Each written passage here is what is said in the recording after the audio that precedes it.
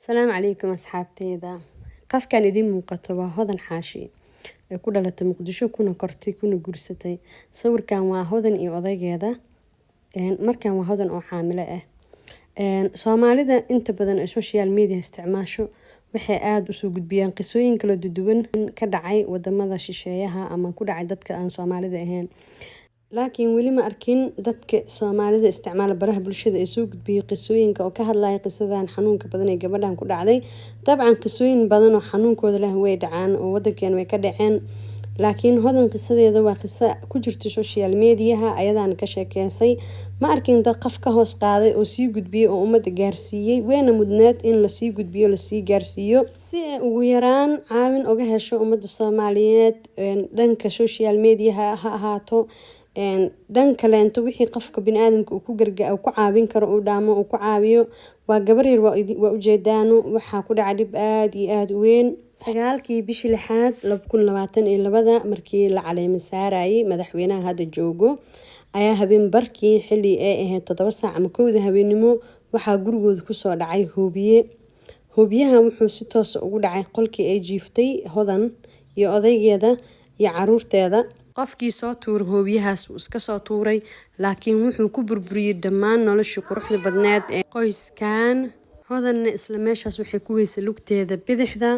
waxa sidoo kale dib weyn ka soo gaaray lugta midigta isla markaasna waxa dhaawac weyn isna soo gaaray odaygeeda iyo qaybo kamid ah caruurteeda meesha waa Soomaaliya gargaar degdeg ah isla markaas qofka markuu dhaawac gaaro isbitaalka la cararayo isbitaalkii uu gargaar degdeg ka helay malaha hodan waxay sheegtay in xilli dambe la qaaday isbitaalka la geeyay markii isbitaalka la geeyay isbitaalka mid isbitaalada Muqdisho halkaasna ay ku sii dhiig baxday ay ku sii dayacmatay aysan helin gargaarka ay rabtay horta dhibka ugu weyn ee hodan haysta waxay ahayd xilligaas xaamilo waxaan ahayd in dhaqaatiirtu ay qaliin ku sameeyaan caruurta ka soo bixiyaan waxa dhahay tiri marar badan isuuxiya waxaan waayay tiri wax isuuxiyo oo dhaqaatiirtu waxay dhahayn tiri laguma suuxin karo oo ilma calooshaada ku jiro laguma sii karo cirbada suuxitaanka waa sii dhiig baxay dhahday sidoo kalena waxa isbitaalka asna dhinac ka yaalay odaygeeda oo dhaawac culusna ahaa odaygii halkaas uu ku geeriyooday dhiig bax badan ka bacdi waxa dhahday markaan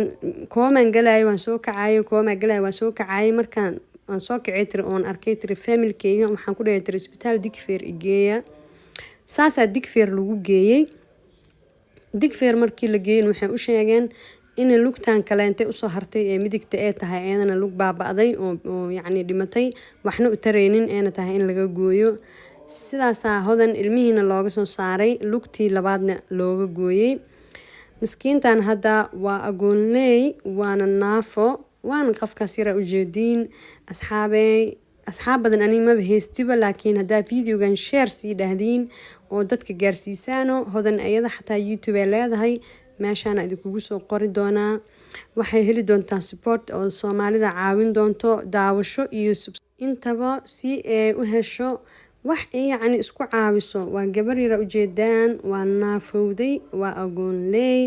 waa hooyo mas'uuliyada saaran Ilaahay subxaanahu wa ta'aala ha ka qaado dhibka haysto walaasheen waxay haysato dhibaato oo maskaxiyan iyo jismiyan ah laakiin Ilaahay ma hadiis hodan oo gabar muslimad ah hadana muslimnimada ka soo ah gabar awood leh iimaan leh Ilaahay iimaan ku arsaaqay ma sha Allah tabarakallah waxa leeyahay Ilaahay ku dibdaamo walaashay dhibka ku soo gaaray runtii waa dhibaato culus oo aan jirin wax lagu qiimeyn karo Ilaahay subxaanahu wa ta'aala umada inta kale inta hadda kadib uma qadaro inay xaaladan oo kale ku dhacdo walaasheena Ilaahay subxaanahu wa ta'aala ha garab istaago oo ha caawiyo gargaarka Ilaahay wax walba ka weyn